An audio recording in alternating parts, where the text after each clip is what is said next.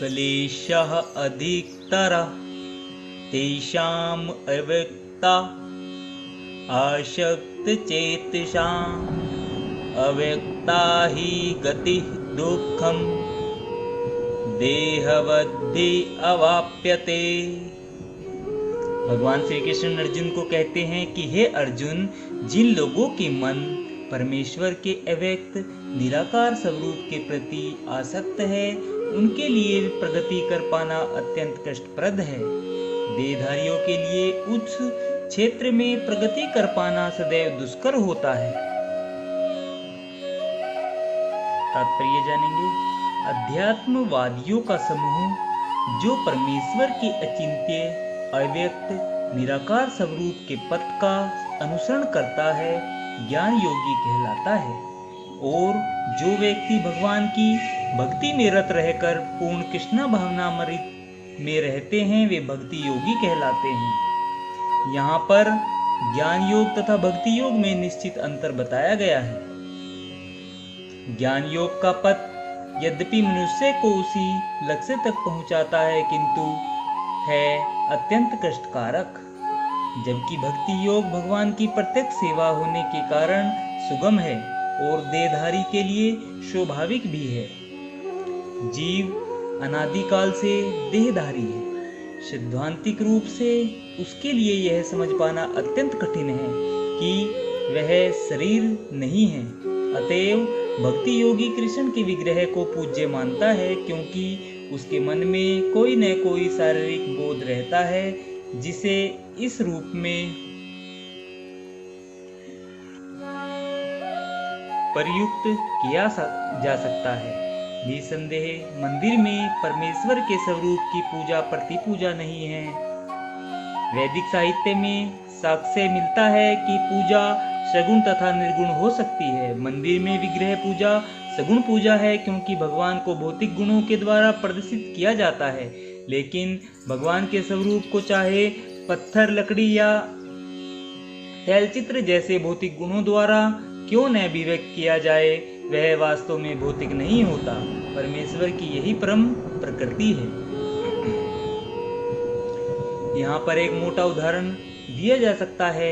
सड़कों के किनारे पत्र पेटिकाएं होती हैं, जिनमें यदि हम अपने पत्र डाल दें तो वे बिना किसी कठिनाई के अपने गंतव्य स्थान पर पहुंच जाते हैं। लेकिन यदि कोई ऐसी पुरानी पेटिका या उसकी अनुकृति कहीं दिखे जो डाकघर द्वारा स्वीकृत न हो, तो उससे वही कार्य नहीं हो सकेगा। इसी प्रकार ईश्वर ने विग्रह रूप में, जिसे अर्चा विग्रह कहते हैं, अपना प्रमाणिक अर्थात वैध स्वरूप बना रखा है। यह अर्चा विग्रह परमेश्वर का अवतार होता है। ईश्वर इसी रूप के माध्यम से सेवा स्वीकार करते हैं। भगवान सर्वशक्तिमान है, अतएव वे अर्चा विग्रह रूपी अपने अवतार से भक्त की सेवाएं स्वीकार कर सकते हैं, जिससे बद्ध जीवन वाले मनुष्य को सुविधा हो।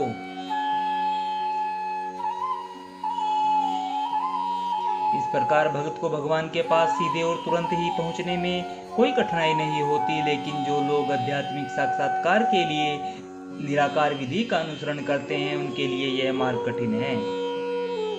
उन्हें उपनिषदों जैसे वैदिक साहित्य के माध्यम से अव्यक्त स्वरूप को समझना होता है। उन्हें भाषा सीखनी होती है, इंद्रियातीत अनुभूतियों को समझना होता है और इन समस्त विधियों का ध्यान रखना होता है। यह सब एक सामान्य व्यक्ति के लिए सुगम नहीं होता। कृष्ण भावनामृत में भक्तिरत मनुष्य मात्र गुरु के पथ प्रदर्शन द्वारा, मात्र अर्चा विग्रह के नियमित नमस्कार द्वारा, मात्र भगवान की महिमा के श्रवण द्वारा तथा मात्र भगवान पर चढ़ाए गए उच्चिष्ट भोजन को खाने से भगवान को सरलता से समझ लेता है।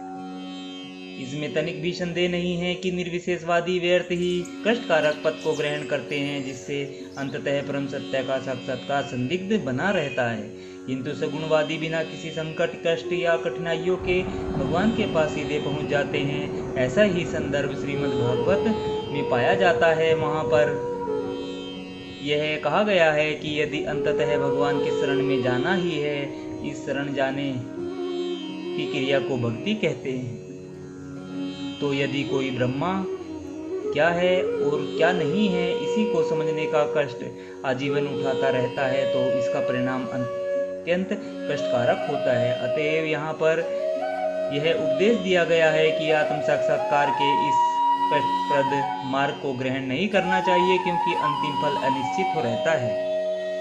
जीव शाश्वत रूप से व्यष्टि आत्मा है और यदि वह आध्यात्मिक पूर्ण में तदाकार होना चाहता है तो वह अपनी मूल प्रकृति के शाश्वत अर्थात सत्य तथा ज्ञेय अर्थात चित्त पक्षों का साक्षात्कार तो कर सकता है, लेकिन आनंद में अंश की प्राप्ति नहीं हो पाती। ऐसा अध्यात्मवादी जो ज्ञान योग में अत्यंत विद्वान होता है, किसी भक्त के अनुग्रह से भक्ति योग को प्राप्त होता है, उस समय निराकारवाद का दीर्घ अभ्यास कष्ट का कारण बन जाता है, क्योंकि वह उस विचार को त्याग नहीं पाता। अतएव देहधारी जीव अभ्यास के समय या साक्षात्कार के समय अव्यक्त की प्राप्ति में सदैव कठिनाइयों में पड़ जाता है। प्रत्येक जीव अंशतः स्वतंत्र है और उसे यह अच्छी तरह समझ लेना चाहिए कि यह अव्यक्त अनुभूति उसके आध्यात्मिक आनंद में आत्म अर्थात सब की प्रकृति के विरुद्ध है। मनुष्य को चाहिए कि इस विधि को न अपनाए। प्रत्येक जीव के लिए कृष्ण चेतना की विधि श्रेष्ठ मार्ग है, जिसमें भक्ति में पूरी तरह व्यस्त रहना होता है। यदि कोई भक्ति की उपेक्षा करना चाहता है तो नास्तिक होने का संकट रहता है। अतएव अव्यक्त विषयक एकाग्रता की विधि को, जो इंद्रियों की पहुंच के परे हैं, जैसा कि इस श्लोक में पहले कहा जा चुका है, इस युग में प्रोत्साहन नहीं मिलना चाहिए। भगवान कृष्ण ने इसका उपदेश नहीं दिया। राधे राधे भक्तजनों, राधे राधे, जय श्री कृष्ण। आज हमने श्रीमद् भगवत गीता के अध्याय 12 के श्लोक नंबर 5 का आनंद लिया है। कल हम 6वें और 7वें श्लोक का आनंद लेंगे। राधे राधे, जय श्री